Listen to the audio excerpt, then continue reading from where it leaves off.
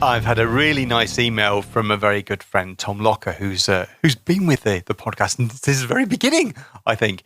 And we were talking about the Titanic, Katie's school project. By the way, there's quite a few ships in that school now, and one of them looks almost identical to Caitlin's. I reckon there's been plagiarism going on. But there's another one which is really impressive, about, 1.5 foot long, maybe 2 foot long.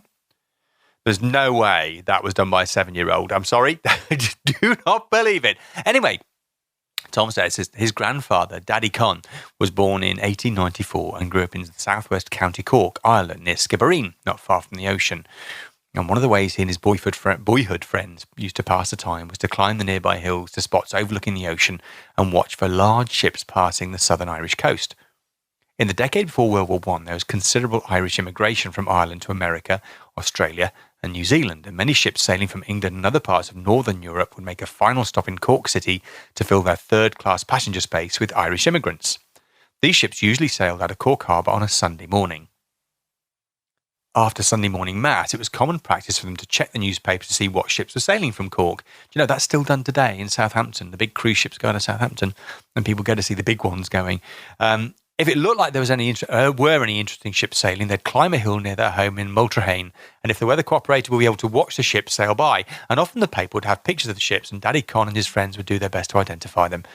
The interesting ships didn't always sail on a Sunday, and there was one time, it happened to be a Thursday, when he and his friends rushed home after school to make their trip up the hill.